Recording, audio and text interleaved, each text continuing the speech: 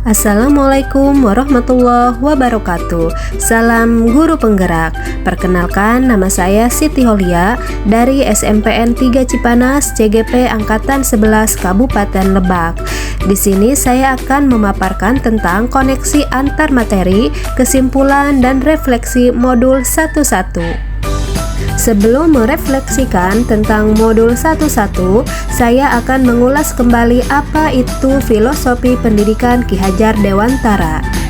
Menurut Ki Hajar Dewantara, pengajaran merupakan proses pendidikan dalam memberi ilmu atau berfaedah untuk kecakapan hidup anak secara lahir dan batin. Sedangkan pendidikan memberi tuntunan terhadap segala kekuatan kodrat yang dimiliki anak agar ia mampu mencapai keselamatan dan kebahagiaan yang setinggi-tingginya, baik seorang manusia maupun sebagai masyarakat. Jadi kesimpulannya adalah pendidikan dan pengajaran bukan sekedar proses mentransfer pengetahuan, tetapi upaya untuk memerdekakan peserta didik dalam segala aspek kehidupannya, baik fisik, mental, jasmani, maupun rohani. Apa yang saya percaya tentang murid dan pembelajaran di kelas sebelum saya mempelajari modul 1-1?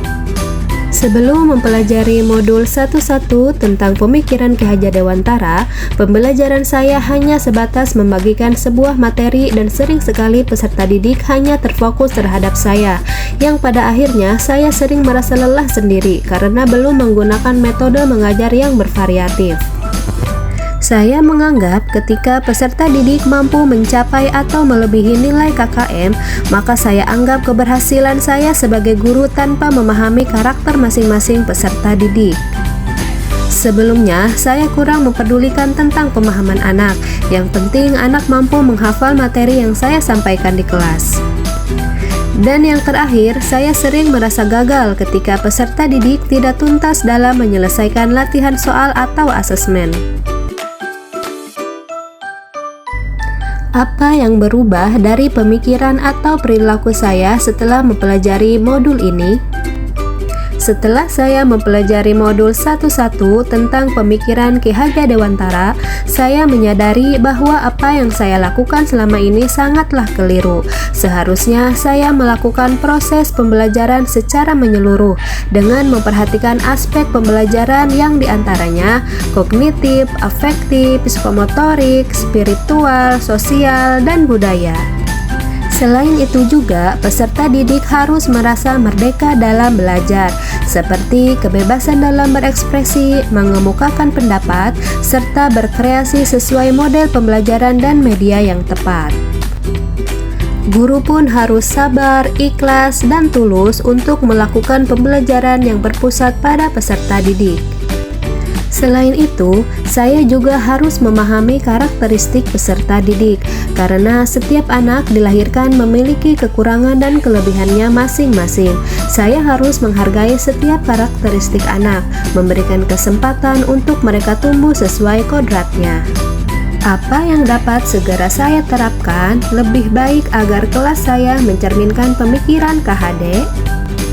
Adapun hal yang akan segera saya terapkan di kelas saya antara lain menciptakan pembelajaran yang interaktif dan menyenangkan dengan melibatkan peserta didik dengan metode pembelajaran terfokus pada peserta didik.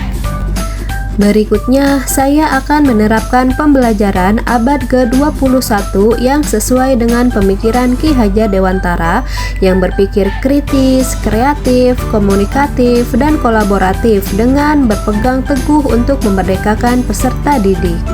Dengan cara tidak menuntut anak, tapi menuntun, karena tugas guru untuk memberi tuntunan atau arahan yang baik kepada peserta didik. Dengan cara menjadikan guru sebagai teladan bagi peserta didiknya, baik dalam perkataan maupun dalam perbuatan. Dan yang terakhir adalah memahami karakteristik peserta didik dengan cara menjalin komunikasi yang baik antar mereka. Semoga video ini bermanfaat bagi yang sudah menyaksikan. Saya ucapkan terima kasih. Wassalamualaikum warahmatullahi wabarakatuh. Salam guru penggerak.